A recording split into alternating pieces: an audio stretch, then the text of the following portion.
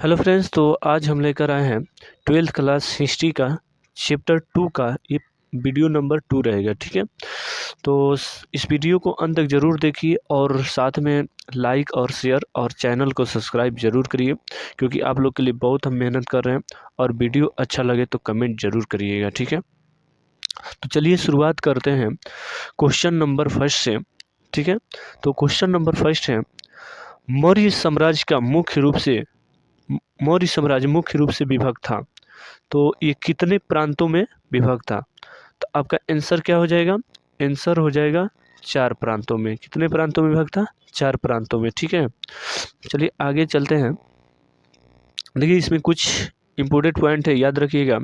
मौर्य प्रशासन महत्वपूर्ण विशेषता, साम्राज्य 4 प्रांतों में था, जो उज्जैन, तक्षशिला, कलिंग और स्वर्णगिरी में विभाजित था और पाटलिपुत्र प्रशासन का केंद्र था। ठीक है, तो ये सारा भी पॉइंट आप लोग जरूर याद रखिएगा, बहुत इंपॉर्टेंट पॉइंट है। ठीक है, चलिए आगे चलते हैं। दूसरा नंबर प्रश्न है, मौर्य काल में जनपद से प्राप्त होने वाली आय को क्या कहा जाता था? बताइए। तो इसमें क्या हो जाएगा आंसर?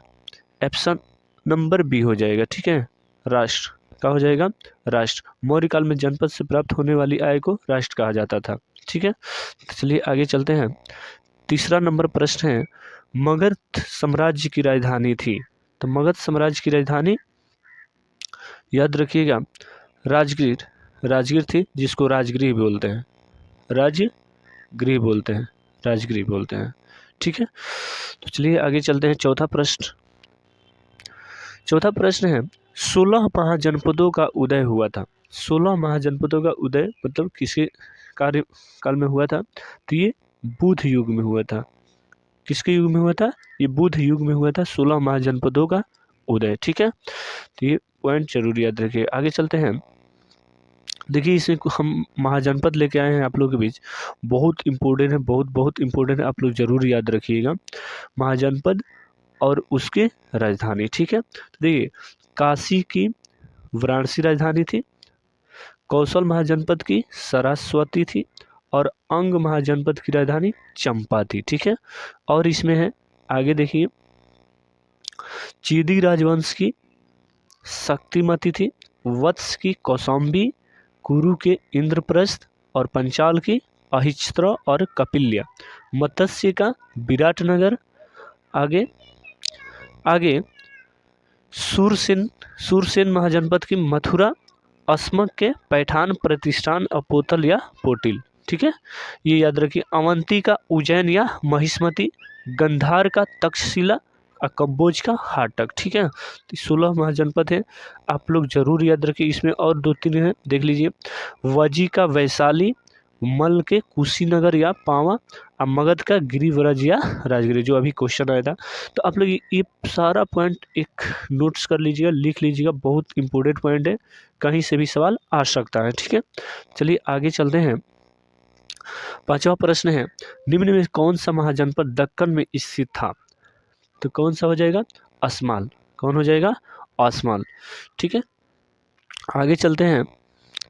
6ठा प्रश्न है, सर्वप्रथम सिक्कों का चलन आरंभ होता प्रतीत होता है, तो कौन से सती ईसा पूर्व में? तो देखिए 5वीं शताब्दी ईसा पूर्व से लगभग ये सिक्कों का चलना प्रारंभ हो गया था। ठीक है, इसमें कुछ पॉइंट है, बोला गया है कि यहाँ प्रयुक्त सिक्कों का आरंभिक उदाहरण तकरीबन 6वीं और 5वीं शताब्दी ईसा पूर्व तक माने जाते हैं। सबसे प्राचीन और पुराने सिक्कों में एक है मौर्य साम्राज्य के समय सिक्का। मौर्य साम्राज्य सम्राट चंद्रगुप्त मौर्य और उनके पुत्र अशोक द्वारा सिक्के प्रचलित किए गए थे। ठीक है, तो चलिए इतना सारा पॉइंट भी आप लोग जरूर याद रखिएगा। आगे चलते हैं। 7वां, गोत्र संस्था का प्रादुर्भाव कब हुआ? तो गोत्र संस्था का प्रादुर्भाव उत्तर वैदिक काल में हुआ। कब हुआ? उत्तर वैदिक काल में हुआ। ठीक है, 8वां प्रश्न है, द्वितीय बौद्ध सभा का आयोजन कहाँ हुआ था? तो द्वितीय बौद्ध सभा का आयोजन कुंडलवन में हुआ था। कहाँ पर हुआ था? कुंडलवन। और सॉरी, यहाँ पे प्रश्न है, तृतीय बौद्ध सभा का आयोजन कहाँ हुआ था? इसमें थोड़ा सा ऑप्शन गलत दिया हुआ है। ठीक है, तृतीय बौद्ध सभा का आयोजन ये पाटलिपुत्र में हुआ था। ठीक है, पाटलिपुत्र में हुआ था। और किसके शासनकाल में है? अशोक के शासनकाल में, ठीक है, अशोक के शासनकाल में हुआ था, अशोक के शासनकाल में, ठीक है, 255 ईसा पूर्व में। और उसका अध्यक्ष मोगलीपुट तीस ने किया था, ठीक है। तृतीय बौद्ध सभा का आयोजन पाटलिपुत्र में अशोक के शासनकाल में 255 ईसा पूर्व में हुआ था, ठीक है, याद रखिएगा। आगे चलते हैं। अगला प्रश्न है, आजीवक संप्रदाय का संस्थापक कौन था? आजीवक संप्रदाय का संस्थापक मखली गोसाल थे, ठीक है ना। आजीवक संप्रदाय के संस्थापक कौन थे? मखली गोसाल। इसमें कुछ पॉइंट है, देख लीजिए।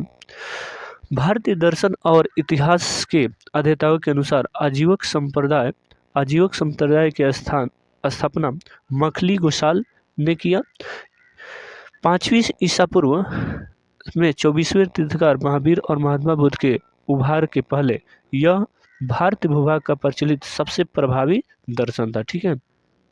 तो ये सारा पॉइंट भी आप लोग जरूर याद रखिएगा। आगे चलते हैं। बौद्ध धर्म में थेरवाद का संस्थापक कौन था? तो थेरवाद का संस्थापक कौन था? महाकच्छायन, ठीक है, महाकच्छायन थे, ठीक है। आगे चलते हैं। 11वां प्रश्न है, बौद्ध धर्म का महासंधिका संघ के संस्थापक कौन थे? तो कौन से संस्थापक थे? तो महाकश्यप थे, ठीक है ना, महाकश्यप। आगे चलते हैं। 12वां प्रश्न, महात्मा बुद्ध के जीवन की कौन सी घटना महाभिनिष्क्रमण के रूप में जाना जाता है? तो उनका घर त्याग महाभिनिष्क्रमण के रूप में जाना जाता है, ठीक है। आगे चलते हैं। 13वां प्रश्न, सांची का स्तूप की खोज किसने किया था? तो सांची के स्तूप की खोज जनरल टेयर ने किए थे। ये 1818 ईस्वी में किए थे और ये मध्य प्रदेश के रायसेन जिले में स्थित है, ठीक है ना। सांची का स्तूप कहाँ स्थित है? मध्य प्रदेश के रायसेन जिले में स्थित है और इसका खोज 1818 ईस्वी में जनरल टेयर ने किए थे, ठीक है। आगे चलते हैं। 14वां प्रश्न, शैव धर्म के अनुयायी कहलाते थे। तो शैव धर्म के अनुयायी कौन कहलाते हैं? नैनार संत कहलाते हैं, ठीक है। कौन कहलाते हैं? नैनार संत कहलाते हैं। आगे चलते हैं। 15वां प्रश्न, विष्णु के 10 अवतार का जिक्र किस पुराण में मिलता है? तो विष्णु के 10 अवतार का जिक्र मत्स्य पुराण में मिलता है, ठीक है। कौन से पुराण में मिलता है? मत्स्य पुराण में, ठीक है। आगे चल देखिए, इसमें कुछ याद रखिए, इसमें कभी कभी गरुड़ पुराण भी दे देता है, ठीक है, तो इससे कन्फ्यूजन नहीं होना है, मत्स्य पुराण होगा, ठीक है। देखिए, इसमें भगवान विष्णु के 10 अवतार का नाम है मत्स्य, कूर्म, वराह, नरसिंह, वामन, ठीक है। और आगे देख लीजिए, परशुराम, राम, कृष्ण, गौतम बुद्ध और कल्कि, ये विष्णु के 10 अवतार मुख्य हैं, ठीक है। तो याद रखिएगा, लिख लीजिएगा, नोट्स बना लीजिएगा, ठीक है। आगे चलते हैं। 16वां प्रश्न, वासुदेव कृष्ण जिन्हें भगवत संप्रदाय का प्रेरणा माना जाता है, जन्म किस कुल में हुआ था? ठीक है, तो देखिए जन्म किस कुल में हुआ था? वृष्णि कुल में। तो वृष्णि किसको बोलते हैं? यादव को, ठीक है ना, यादव कुल को बोलते हैं वृष्णि। देखिए वासुदेव मथुरा के यादव वृष्णि वंश के राजा वासुदेव आनंद कुंभी के पुत्र थे। कौन किसके थे?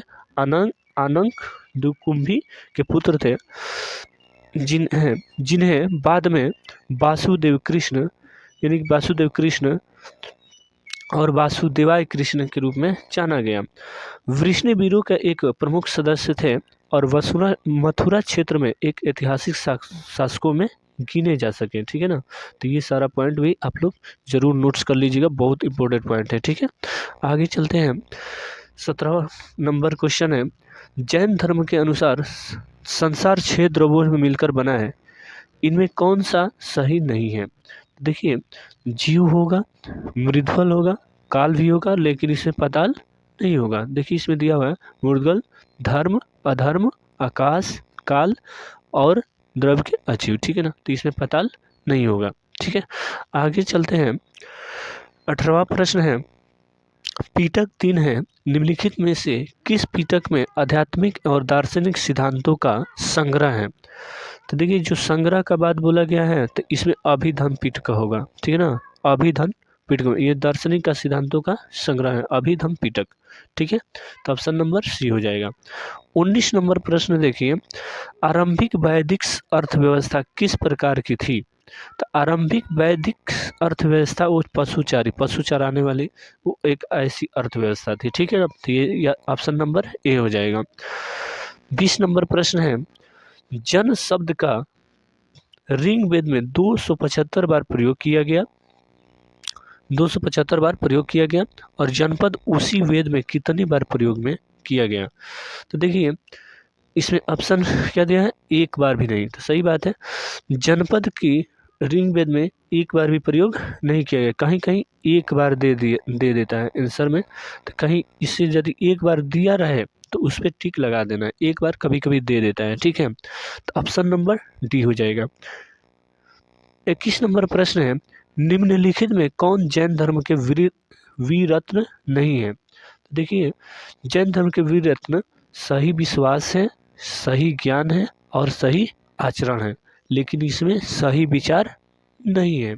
तो जैन धर्म का वीररत्न कौन नहीं है, तो सही विचार। ठीक है, तो ऑप्शन नंबर डी हो जाएगा। 22 नंबर प्रश्न है, जैनियों के 24वें तीर्थकर कौन थे। जैनियों के 24वें तीर्थकर कौन थे। देखिए जैन धर्म के 24वें तीर्थकर महावीर स्वामी को बोला जाता है। ठीक है ना, महावीर स्वामी को कहा जाता है। ठीक है, और प्रथम तीर्थकर पूछा जाए तो ऋषभ देव थे। कौन थे, ऋषभ देव। ठीक है ना, ये याद रखिएगा, ये प्रथम थे। ठीक है, ये प्रथम ऋषभ देव थे, और 24वें तीर्थकर पूछा जाए तो महावीर स्वामी। ठीक है, इसमें कुछ पॉइंट देख लीजिए। जैन धर्म के 24वें तीर्थकर महावीर स्वामी थे, और प्रथम तीर्थकर ऋषभ देव।